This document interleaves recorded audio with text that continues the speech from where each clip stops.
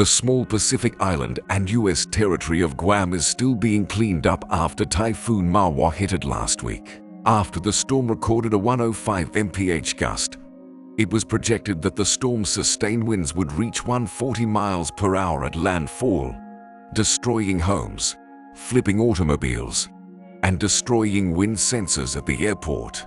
The extent of the damage is so great that it can only be seen in satellite images. In a social media post, Guam Governor Leon Guerrero claimed that the island had gone through a frightening experience that hasn't been felt for over 2 decades. In the Western Pacific, tropical cyclones with hurricane-caliber intensity are referred to as typhoons. Typhoon Mawar caused power outages across 98% of Guam at one point, according to the governor.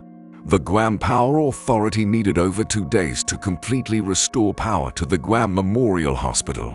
To get electricity back to the rest of the island, crews are still working 24-hour shifts. North of the island, ridddle was abandoned and in ruins. Comparing the afterview to satellite images taken prior to the strong typhoon's impact, the image shows only a few remaining homes. There are only piles of wreckage left from neighboring dwellings. In a video update shared on Facebook after the storm passed, a National Weather Service meteorologist stated, "We are waking up to a rather disturbing scene out there across Guam. What was once a forest is now like toothpicks as we gaze out the door." After the hurricane tore across the island 1,600 miles south of Japan and 1,550 miles east of the Philippines on Wednesday and Thursday, satellite photographs from before and after revealed that 1 out of every 5 dwellings was lost. No one had died as a result of the storm. According to the governor, Mawar intensified into a super typhoon with gusts of exceeding 150 miles per hour after striking Guam directly, and it then headed straight towards the Philippines. The powerful storm avoided the nation by moving north and is currently churning far off of Taiwan. As of Sunday, U.S. time, Mawar has lessened but still has 120 miles per hour winds.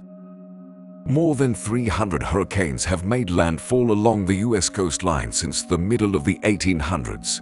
However, these large storms may only set new records when all the right atmospheric factors come together. The most expensive storms in American history include major hurricanes like Katrina, Harvey, and Ian. The disasters rank among the most expensive in recorded history when cost-adjusted totals for each storm range from $100 billion to $200 billion. And here's the list of the top 5 storms in terms of financial impact in the United States. Number 5. Hurricane Sandy 2012, $84.6 billion. Hurricane Sandy, which made landfall in the fall of 2012, was referred to as a raging freak of nature by National Geographic. Hurricane Sandy's path from the Caribbean to the U.S. East Coast resulted in devastating flooding, mudslides, and damaging winds from beginning to the end. Sandy was exceptionally powerful because to an uncommon mix of hurricane conditions and cold fronts. 70 people perished in the Caribbean and an additional 150 people perished in the U.S. over the 9 days that Sandy raged. Some residents didn't start rebuilding for up to 5 years, and many of them moved to higher ground. A year after the hurricane, more than 20,000 households were still without a home, and thousands of people were temporarily made homeless. In addition, New Jersey and New York lost more than 600,000 housing units. According to estimates from the New York City authorities, the city itself suffered damages of $19 billion. More than 1,000 New Jersey residents reported still being unable to go back to their homes 5 years after Sandy. Number 4. Hurricane Maria 2018, $109.8 billion. Hurricane Maria hit Puerto Rico early on Wednesday, September 20, 2017, with sustained winds of 155 miles per hour, uprooting trees, knocking down cell towers and weather stations, and ripping off the roofs of houses with wood and tin. All of the island was without electricity, and the majority of people had limited access to food and clean water.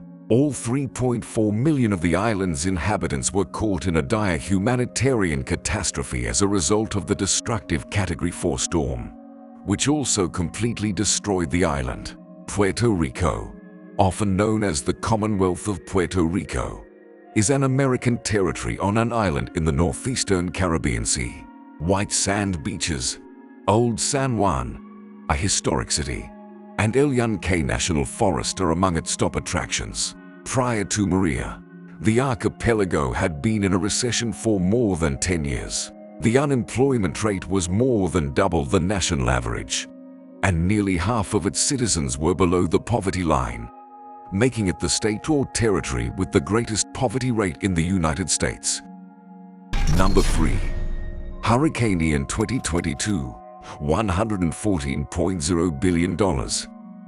Ian, a Category 4 hurricane with sustained winds of 150 miles per hour, made landfall close to Cayo Costa, Florida. The strong winds and storm surge completely destroyed major parts of a number of coastal villages, including those that were situated around the barrier islands of Captiva, Sanibel, Pine, and Fort Myers Beach. Due to extensive rainfall totals of 10 to 20 inches, Ian's sluggish crossing of Florida also contributed to substantial inland flooding throughout the state's central and eastern regions. More than 20 inches of rain fell in Volusia, Orange, Seminole, and Brevard counties, respectively. Ian made a second entry over the Atlantic on September 2030 as a tropical storm, strengthened into a Category 1 hurricane, and made landfall near Georgetown, South Carolina. With sustained gusts of 85 miles per hour, Ian caused more coastal flooding damage and destroyed numerous sizable piers close to Myrtle Beach, South Carolina. Number 2. Hurricane Harvey 2017, $152.2 billion. Texas was battered by Hurricane Harvey, a Category 4 storm, on August 25, 2017. From Texas through Louisiana, Mississippi, Tennessee, and Kentucky, 13 million people were impacted by the hurricane. At least 88 individuals had perished due to the storm by October 13, 2017. 3 times in 6 days, Hurricane Harvey made landfall. 1/3 of Houston was underwater at its height on September 1, 2017. In the first 24 hours, 2 feet of rain fell. 39,000 individuals had to leave their houses due to flooding and seek shelter. Out of its main convention center, Dallas built a mega shelter for 5,000 evacuees. According to auto statistics company Black Book, 1 million vehicles in the Gulf region were damaged beyond repair. That number comprised between 300,000 and 500,000 privately owned vehicles. 800 wastewater treatment plants and 13 Superfund sites were flooded by Hurricane Harvey. This caused sewage and hazardous substances to spill into the inundated areas. In Aransas County, the maximum storm surge measured 12.5 feet. Due to the fact that it took place in a wildlife preserve, no harm was done to people or property. Number 1. Hurricane Katrina 2005, $191.3 billion. Before wreaking havoc on the shores of Mississippi and Louisiana and affecting 90,000 square miles of land, Hurricane Katrina began its approach to the Gulf Coast as a Category 5 storm. Then it weakened to a Category 3 storm. Levee breaches caused 80% of New Orleans to be underwater. The storm's devastating winds and water primarily affected poor neighborhoods and people of color. People who lost their jobs and had no insurance, savings, or family support faced a protracted and difficult rehabilitation. The precise number of fatalities brought on by Hurricane Katrina is still up for debate. The range of estimates is 1,245 to 1,833. According to the National Hurricane Center, 1,577 deaths were directly or indirectly attributable to Hurricane Katrina, with 238 deaths occurring in Mississippi, 14 deaths in Florida, 2 deaths in Georgia, and 2 deaths in Alabama. According to FEMA Federal Emergency Management Agency, there were more than 1,300 fatalities, with 1,067 of those fatalities occurring in Louisiana and 230 in Mississippi. Everyone understands that hurricanes are a threat for those who live near the coast. In warm ocean waters close to the equator, they form. The word hurricane is actually exclusively used to refer to the major storms that develop over the Eastern Pacific or Atlantic Oceans. No matter where these storms occur, they are all referred to as tropical cyclones in science. No matter what name they go by, the same factors and circumstances are at work to create these enormous storms, any of which can wreak harm or devastation when they strike land where people live.